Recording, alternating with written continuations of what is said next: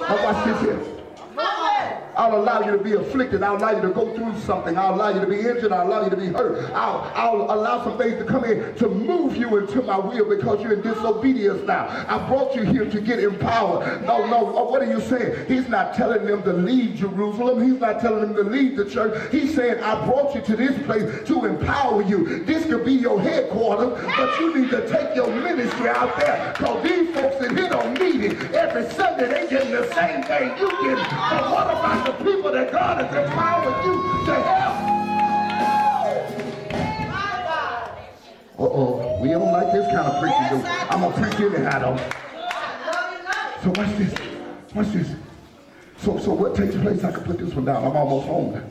What takes place is great persecution comes against them at Jerusalem for the sake of the gospel. Come on. See, some of you are not achieving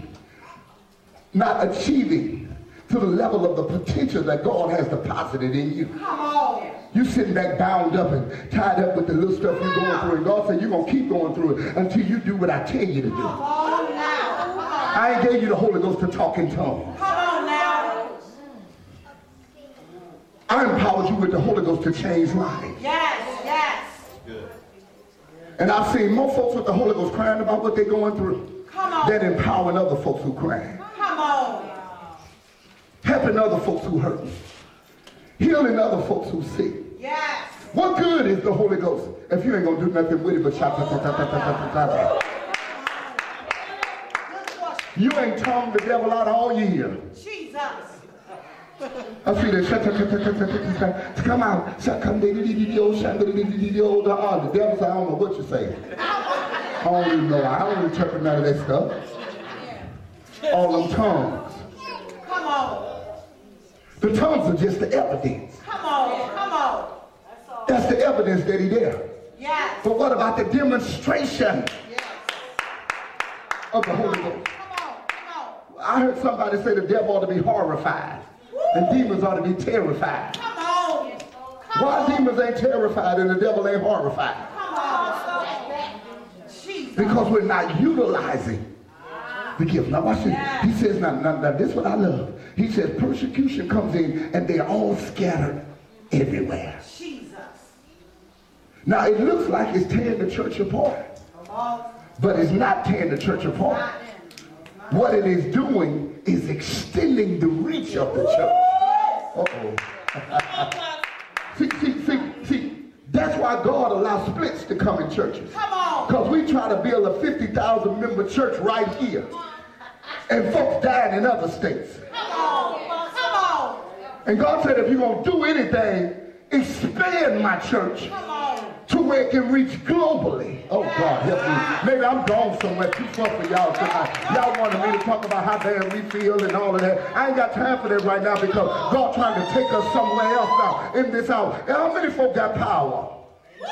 Where we ought to see the evidence of your power. We ought to see some change. We ought to see some fruit. We ought to see the manifestation of what God has given to you. It's time out for waiting. It's time out for crying about what's going on in your home. You got to make a difference. And maybe the reason that ain't nothing changing in your home is God said you're going to have to do it. I ain't going to let nobody else play the devil out. It's time for you to tackle the devil. It's time for you to do something with the Holy Ghost that I gave you. I'm almost gone home. I know y'all don't want me to preach like this. What do you mean? But I can get a pattern. No. The Bible says everybody was persecuted except the apostles. Said the apostles got a whole nother party. They ain't gonna have nothing to do with that. Y'all, it's about y'all now. Y'all gonna go through this here.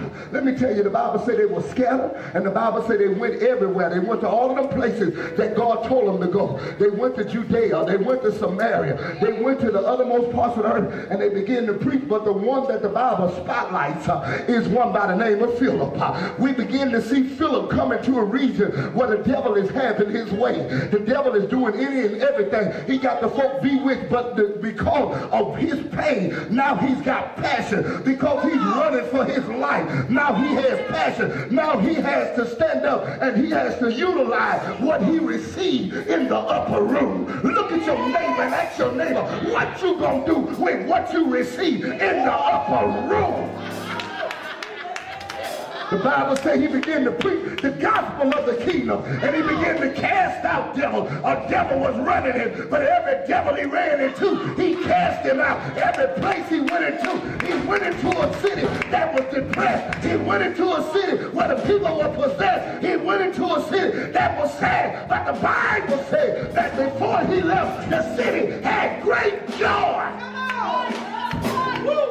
When we gonna use this power? I feel like preaching now.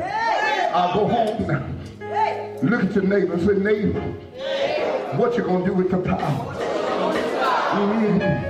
I feel like preaching. Look at your other neighbor and say, neighbor, what you gonna do with the power? You done sat on it long enough. You done ignored it long enough. You done act like it don't exist long enough. You done let the devil have his way. Have his way in your home. Have his way in your marriage. Have his way in your children. Have his way in your finances. But you want to tell the devil, hold up. Wait a minute. I'm getting ready to put some power in it. I'm getting ready to cast every devil. I'm getting ready to drive every demon. I've had all I can stand, and I can't stand no more. As for me and my house, we walk in this power. I don't want me to preach like that. I ain't come to preach to no Jetty-back church tonight. I ain't come to preach to weeping people. I come to preach to people who are ready to stand up. Therefore, having done all the things, stand therefore, having our Lord girded out. When you charge your feet with the preparation of the gospel, taking up all the shield, breastplate of righteousness, helmet of salvation, sword of the Spirit. Whatever we gotta do, devil, let's get it on. Anybody in here can't take no more. Anybody in here mad with what the devil did? I'm talking to 21 people. God said start at home. Slap somebody high five and say start at home. Look at somebody and tell them, I'm getting ready to clean up my house and keep the devil out. Oh, I'm getting ready to clean up my house. I'm getting ready to clean up my mind. That's some stuff you got to get out of your mind. That's some stuff you got to get out of your heart. Because God said, I put power. I put power down on the inside of you. Somebody say power for purpose. I'm not taking down. I'm not backing up. I'm not giving up. You don't know me. I'll fight with my back against the wall. I wasn't weak when I was in the world. I don't know who I'm talking to. That we done got in the church and all of this stuff. We done got real weak.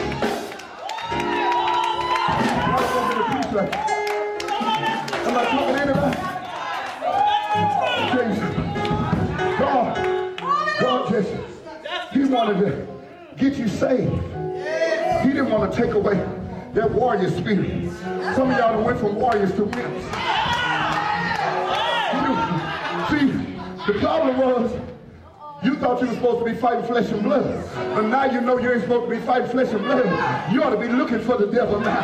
You ought to say anybody see him. He can't even hang on this street. Anywhere he goes, anybody, tell him Jones is out here. Tell him I came here to clean up Southfield. Tell him I came here to clean up Daleville. Tell him I came here to clean up Elkhart. Tell him I came here to clean up Michigan. Y'all don't hear what I'm saying. Tell him I came here to clean up now. You got to get ready.